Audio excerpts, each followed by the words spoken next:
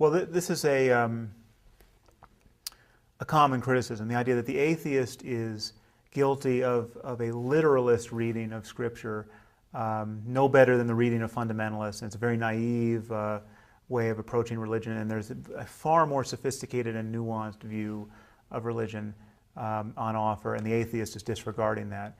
A few problems with this. First is, anyone making that argument is failing to acknowledge just how many people really do approach these texts literally or functionally. I mean, whether they're selective literalists or literal all the way down the line, there are certain passages in Scripture that just cannot be read figuratively, and people really do live by the lights of what is literally laid out in these books. So, you know, the Quran says hate the infidel, and Muslims hate the infidel because the Quran spells it out ad nauseum.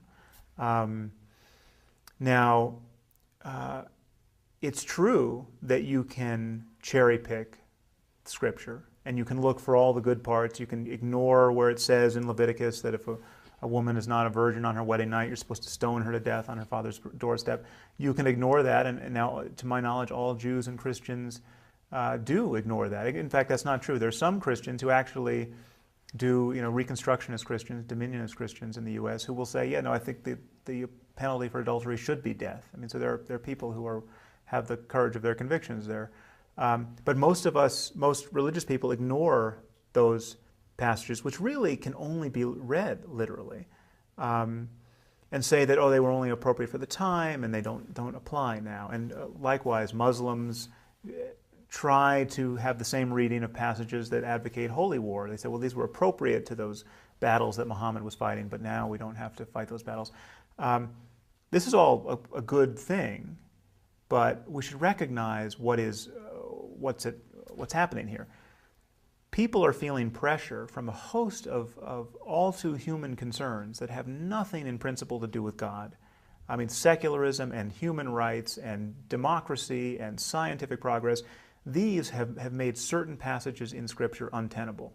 Okay? So this is coming from outside religion. And religion is now making a great show of its sophistication in kind of grappling with these pressures.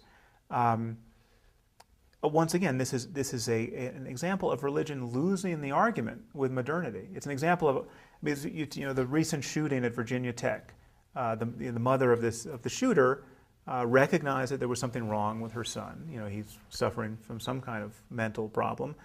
In the context of her rather doctrinaire Christianity, she did not take him to a psychiatrist. She took him from church to church in search of exorcism. She actually found a church that performed an exorcism. So just picture this. There's some, we have an atrocity in the making.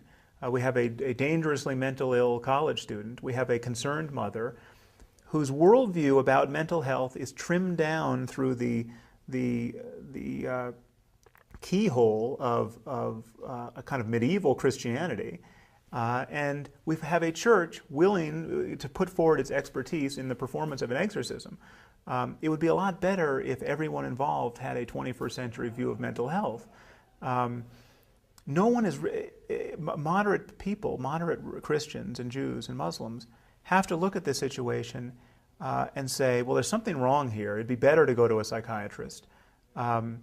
But the problem is you can't show what's wrong in terms of Scripture. You can't show what's wrong in terms of religion, because in terms of religion, the mother was right. I mean, there are demons, and Jesus cast them out. You know, I mean, demonic possession is actually a problem. The only reason why we don't take it seriously is because we have a wider view of the universe.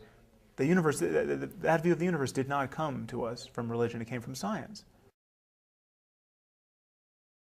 Let's just grant the possibility that there is a creator God who's omniscient, who occasionally authors books. And he's going to give us a book, the most useful book. He's a loving God, he's a compassionate God, and he's going to give us a guide to life. He's got a scribe, the scribe's going to write it down. What's going to be in that book? I mean, just think of how good a book would be if it were authored by an omniscient deity. I mean, there is not a single line in the Bible or the Quran that could not have been authored by a first century person. I mean, there's not one reference to anything. There are pages and pages about how to sacrifice animals and keep slaves and who to kill and why. There's nothing about electricity. There's nothing about DNA. There's nothing about infectious disease, the principles of infectious disease. There's nothing particularly useful, and there's a lot of Iron Age barbarism in there and superstition.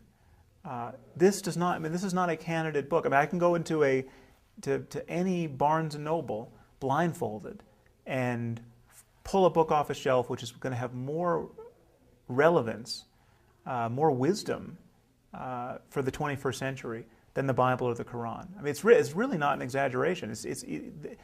Every one of our specific sciences has superseded and surpassed the wisdom of Scripture. From cosmology to psychology to economics, we know more about ourselves than anyone writing the Bible or the Quran did. And that is a distinctly inconvenient fact for anyone wanting to believe that this book was dictated by the creator of the universe.